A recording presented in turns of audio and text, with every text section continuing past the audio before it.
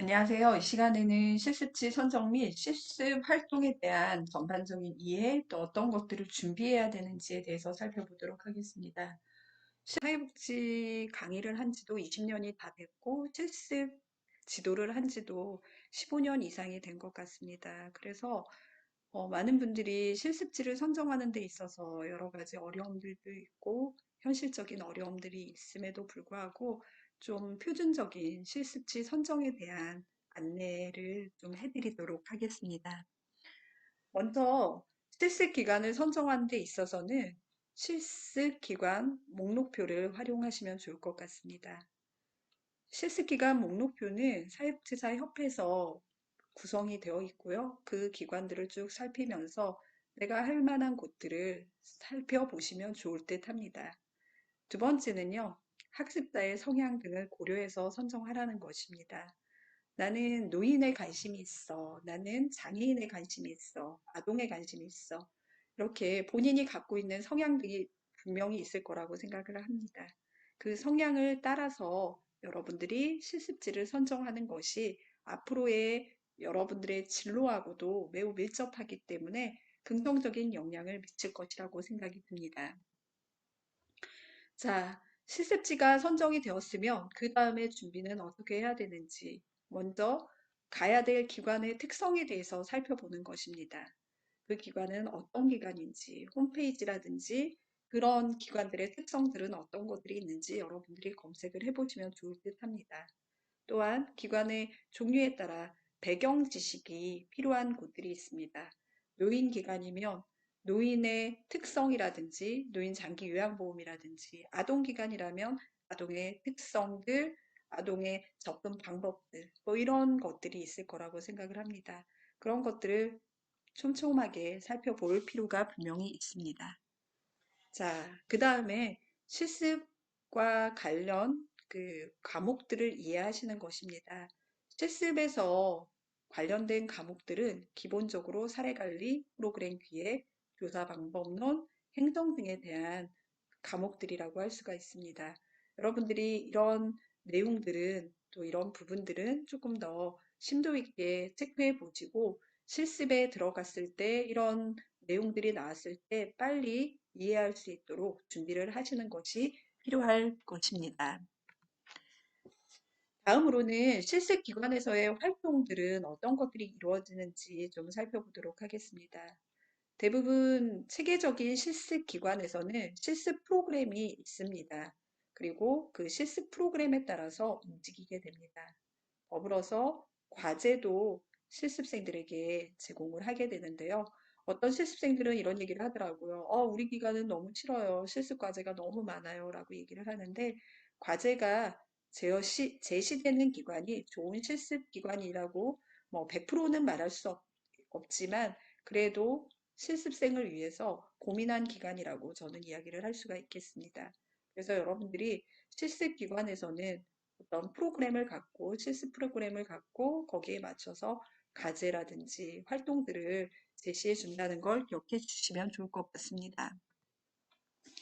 자, 더불어서 여러분들이 그 실습 기관에서의 활동에 있어서 내용이 반복되는 기관일 때는 어떻게 해야 될까요?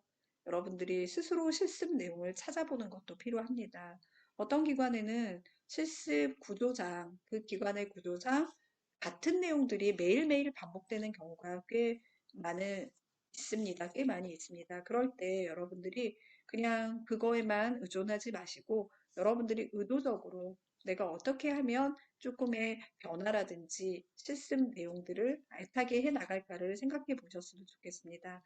많은 분들이 실습 시간에 보다 더 많은 노력을 통해서 실습의 가치를 인식하고 오는 실습이 되었으면 좋겠고요. 더불어서 여러분들이 간단한 프로그램을 준비해보고 그 프로그램을 진행해보는 것도 나쁘지 않은 실습에서의 활동이라고 할 수가 있습니다. 우리가 생각하기에는 클라이언트를 쉽게 만날 수 있다라고 생각하지만 실제로 우리의 일상에서는 클라이언트를 쉽게 만날 수 있는 기회들이 그렇게 많지는 않습니다. 그렇기 때문에 여러분들이 클라이언트하고 만난 그 상황만도 여러분들한테는 큰 의미를 갖고 있기 때문에 그 의미 있는 시간들을 어떻게 여러분의 것으로 소화시키느냐는 여러분들의 의지와 노력도 필요하다는 걸 기억하셨으면 좋겠습니다. 자, 실습 기관에서의 활동에 있어서 더불어서 실습은 배우는 경험 외에도 여러분들이 볼 수 있는 것들이 참 많이 있습니다. 먼저 기관 구조를 살펴볼 수 있는 기회가 됩니다. 어떤 분들에게 쉽게 기관에서 자신의 기관의 환경들을 오픈하지는 않습니다. 그렇지만 실습생은 그 권리를 갖고 있기 때문에 여러분들이 그 구조 하나하나를 잘 살펴보신다면 추후에 여러분들이 무슨 일을 하시든 간에 도움이 될 거라고 생각합니다. 더불어서 여러분들이 남의 집에 가서 며칠만 지내봐도 그 집 분위기를 알 수 있는 것처럼 기관의 기능도 실습을 하다 보면 살펴볼 수가 있게 된다라는 거죠.